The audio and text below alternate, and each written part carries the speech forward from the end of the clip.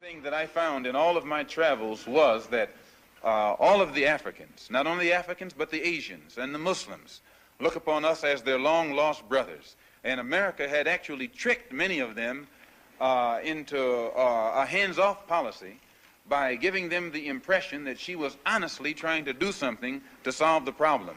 My argument over there was designed to prove that it is impossible for the United States government to solve the race problem. It's impossible.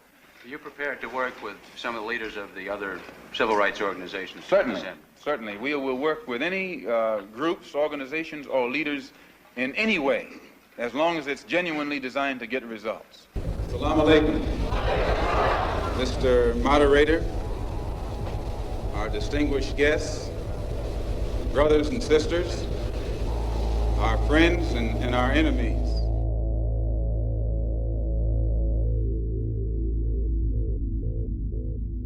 It's very sad that he was assassinated when he was, because he was in the process of making amazing transformation. There's a worldwide revolution going on.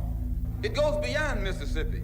It goes beyond Alabama. It goes beyond Harlem. Malcolm is overlooked in that as one of the pantheons of black liberation. What is it revolting against? The power structure.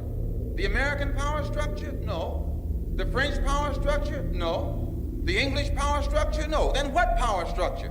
An international Western power structure. Malcolm grew up in a two-parent household, initially, two-parent household in Nebraska, where his father was a preacher of sorts, working for the United Negro Improvement Association under Marcus Garvey auspices, and he was a powerful, fiery, strong father, husband, and political leader. While Malcolm was in Harlem, he engaged in a lot of petty criminal activities with his running buddy Shorty.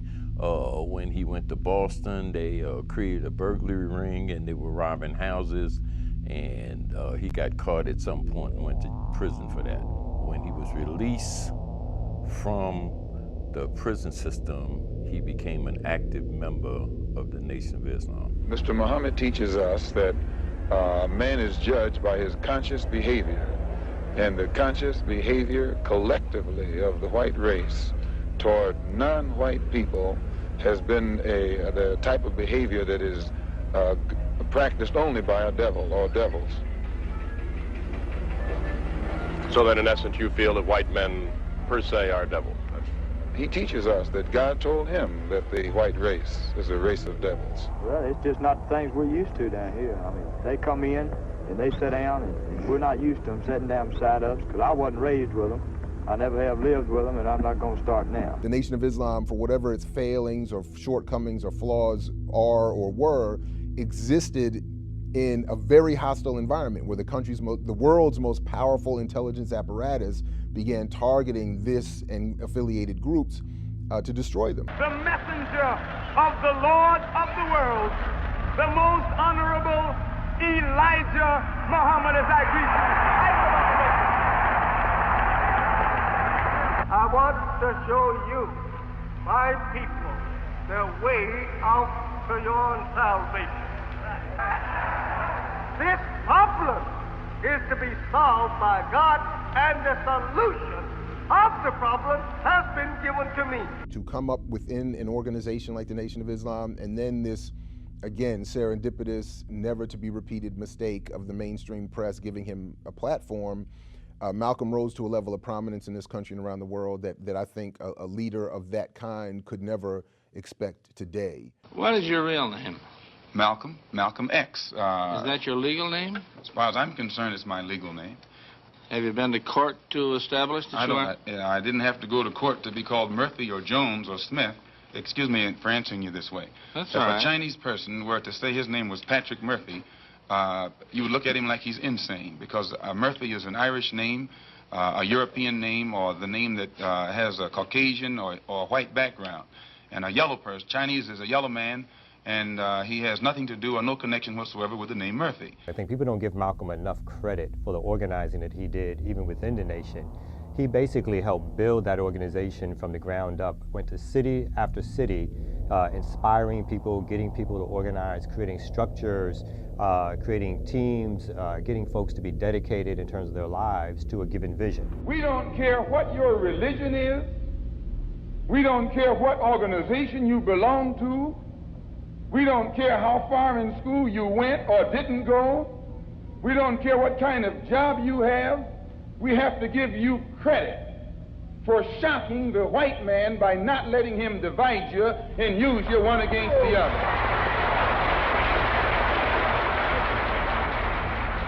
There was this question that emerged within the nation of, well, he's getting a little too popular. He's making Elijah look bad. He's this, that, and the third.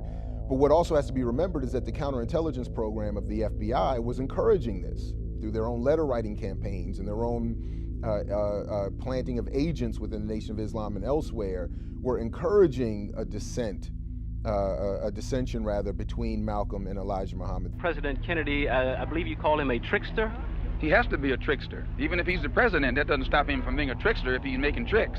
Anytime a man running for president tells Negroes what he's going to do for them when he gets in office, and after he gets in office, he has time to do something for everybody else except the people that put him in office, he tricked the people who put him in office. The idea that Kennedy represented the new America, the more tolerant America, or the more helpful America, the image that was promoted about Kennedy right there. And so, my fellow Americans, ask not what your country can do for you, ask what you can do for your country.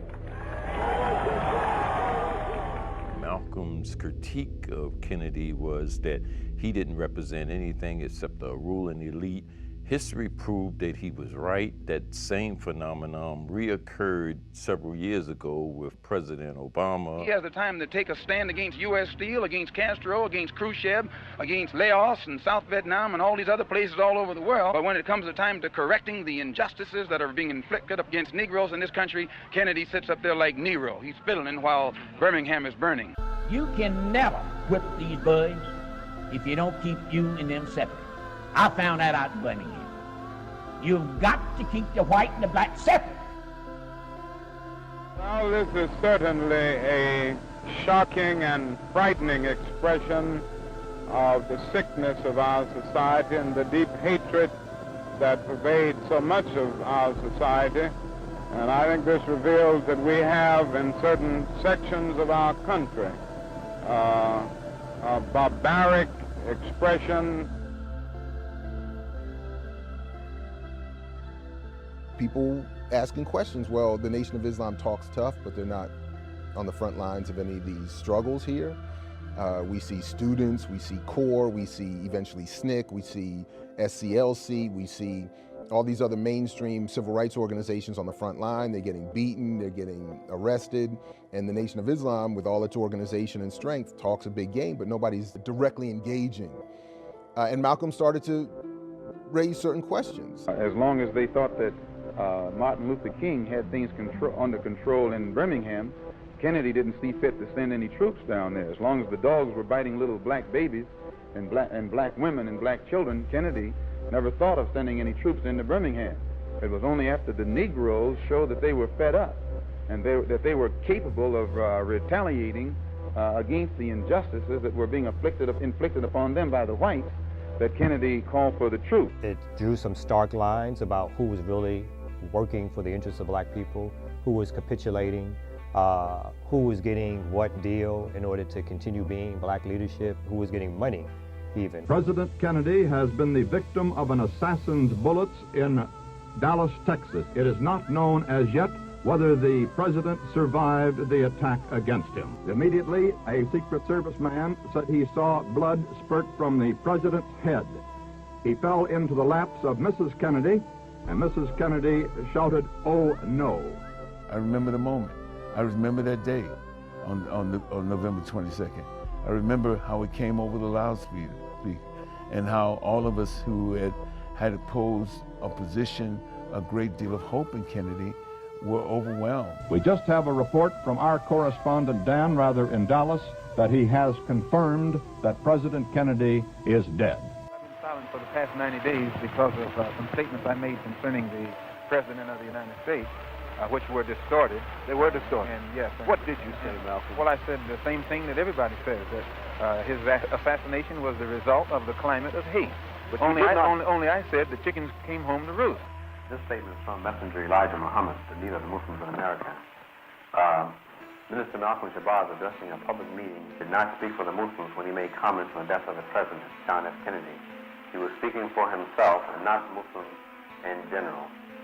And Minister Malcolm has been suspended from public speaking for the time being.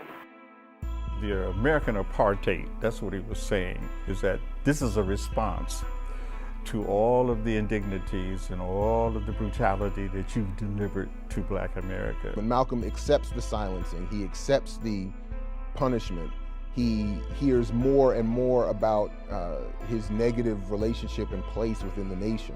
And these reports that Malcolm X has been marked for death, you say are spread by Malcolm X himself? That is his source of propaganda to stay in the press. He have no other means of reaching the press. He doesn't have a program. He's trying to reduplicate something that has been tried over the years by other so-called Negro leaders. Learning of Elijah Muhammad's indiscretions hurt Malcolm X. I mean, Elijah had become a father figure. The Nation of Islam itself had become a family. As he would say later, you know, the people who he thought were being sent to kill him were people he met or trained or prepared to do that kind of work within the nation. I feel responsible for having played a major role in developing a criminal organization.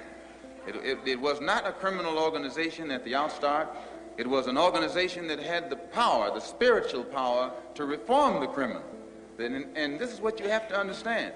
As long as that strong spiritual power was in the movement, it gave the moral strength to the believer that would enable him to rise above all his negative tendencies. I know, because I went into the movement with more negative tendencies than anybody in the movement. Malcolm didn't leave the nation left Malcolm. The nation told Malcolm, you were out.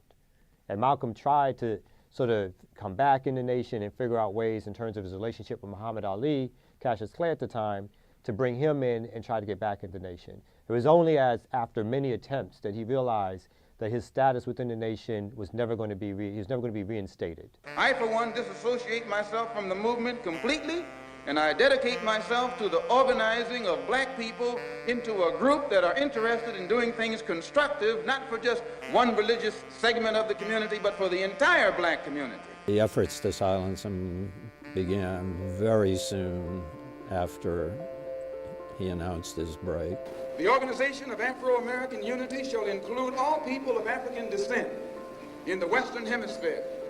In essence, what it is saying, instead of you and me running around here seeking allies in our struggle for freedom, in the Irish neighborhood or the Jewish neighborhood or the Italian neighborhood, we need to seek some allies among people who look something like we do. All through that last year, Elijah Muhammad was chafing at the inability of his people, the Fruit of Islam, the sort of paramilitary wing of the Nation of Islam, their inability to kill Malcolm. Today I'm speaking for myself. Formerly I spoke for Elijah Muhammad. And everything I said was, Elijah Muhammad teaches us thus and so. I'm speaking now from what I think, from what I have seen, from what I have analyzed, and the conclusions that I have reached. The last meeting I had with him, he said, you know, I'm no longer a black nationalist. So I said, well, what do you call yourself? He says, I'm an internationalist. Malcolm, just to prepare to go into the United Nations at this point and ask that charges be brought against the United States for its treatment of American Negroes? Oh, yes. Please. I think you're right in my camera. The audience will have to be quiet. Yes, as I pointed out when I was during my traveling, that nations African nations and Asian nations and Latin American nations look very hypocritical when they stand up in the United Nations condemning the racist practices of South Africa and that which is practiced by Portugal and Angola, and saying nothing in the UN about the racist practices that are manifest every day against Negroes in this society. Later on in those last months, when he made his other trips to Africa, and that he had begun to realize that in terms of how we in this country describe black nationalism was not did not fly very well. It's not a case of being good and bad, good or bad blacks and whites. It's a case of being good or bad human beings. He's exposed to political leadership, radical political leadership all over the world. He does have to raise these questions. Well, if they're white, and at least what we would call white, and leading North African revolutionaries, and they're Muslims, we can't just say that they're all blue-eyed devils. Do you feel that your message, apparent message of love that you brought back from Islam is the real reason they're after you, because you're not hating as hard as they want you to? Well, I never did hate anybody hard. But I do know that when I wrote that letter saying that there were white people in Mecca, it shook up a lot of Muslims, because most of the Muslims who follow Mr. Muhammad absolutely believed that it was impossible, physically impossible, I should say divinely impossible, for a white person to go to Mecca. In 1964, Malcolm was projected as the devil figure in terms of, the liberation movement. You have to put into the context of the times. This is the height of the so-called Cold propaganda, tremendous propaganda war between the Soviet Union and the United States. In 1964, when they had the UN debates on the Congo, 2 African diplomats, for the first time in history, when they were making their speeches, they say if the United States has the right to intervene in the Congo, who's to say that we don't have the right to intervene to help to protect black people from what is happening in Mississippi? That was unheard of. Malcolm, do you intend to lead the charge in the United Nations? Well, I find that to say you're going to lead something creates a lot of hostility, division, jealousy, and envy. I hope to work with any group of leaders or any group of organizations to do whatever is necessary to see that this problem is brought before the United Nations. At about 3:15 p.m. This afternoon, there were about 400 persons present in the ballroom here, representing an organization known as the Afro-American Unity Organization, headed up by Malcolm X. He sustained 1 shot in the lower right chin, and the other 6 hit him in the chest and body. I saw people crawling on the floor. And so I got down too. Then when I was looking out, and I saw someone look in amazement to the front, I knew they had shot my husband. He raised his hand in a Muslim greeting, Salam Alaikum. At that point, I heard a rumbling behind me, and I turned around in my seat to see what it was.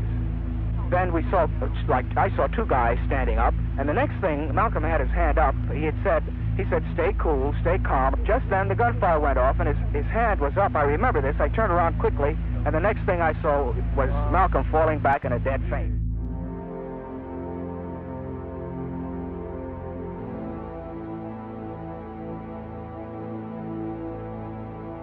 What did Malcolm X mean to you? He meant a great deal to me and my people. I'm sorry that a good man is gone. At the first I hear of it, I couldn't have cried anymore, I don't believe, if I had lost my mother. What did he mean to you? Can you tell me a bit more about it? He meant deliverance for my people. And I hope we all walk in the same footsteps as Malcolm X was walking in. I mean, he stood out among all black people. He showed the white man where it was at. Why was he a He got hero, respect. too? Why was he all fit in Princeton and all these big white universities? Because they respected him too, the way I respect him. In the last year, like Roy Wilkins said, he changed. He wanted to get along with the white people. but you people didn't want to get along with us. Who do you believe is responsible for Malcolm X's The white death? power structure in America is behind it. They're quick to capitalize on by saying that one of his own kind did it, but they put it up to be done. What do you mean, the white power structure? The white power structure of America. They know they had more to gain by getting Malcolm X out the way than they had to buy and let him live. That's why I said. But what is the white power structure? Never mind, I just said the white power structure. You know the white race, don't you? 3 members of the Nation of Islam got locked up for Malcolm X's assassination, but there was always some questionable doubt of other agencies or government agencies. Since the death of Malcolm X, have you encountered any serious trouble, or do you expect any serious trouble? I have not encountered any serious trouble, and I don't expect to encounter with any serious trouble from Malcolm's death. Do you? This death of Malcolm, God himself had something to do with that. There's COINTELPRO documents in which the FBI takes credit for feeding the feud between Malcolm and the Nation of Islam. So I definitely think the United States government takes responsibility. And unfortunately, I think the Nation of Islam takes responsibility because the killers came from within, and the atmosphere created by leadership in the nation allowed that assassination to go forward. So brothers and sisters, we are known for having the most peaceful meetings of any large group of people in America, and we intend to continue to have it. So now that everything is back to order, we shall proceed. Yes, sir. Go ahead, brother. Let's have a round of applause for the messenger of Allah.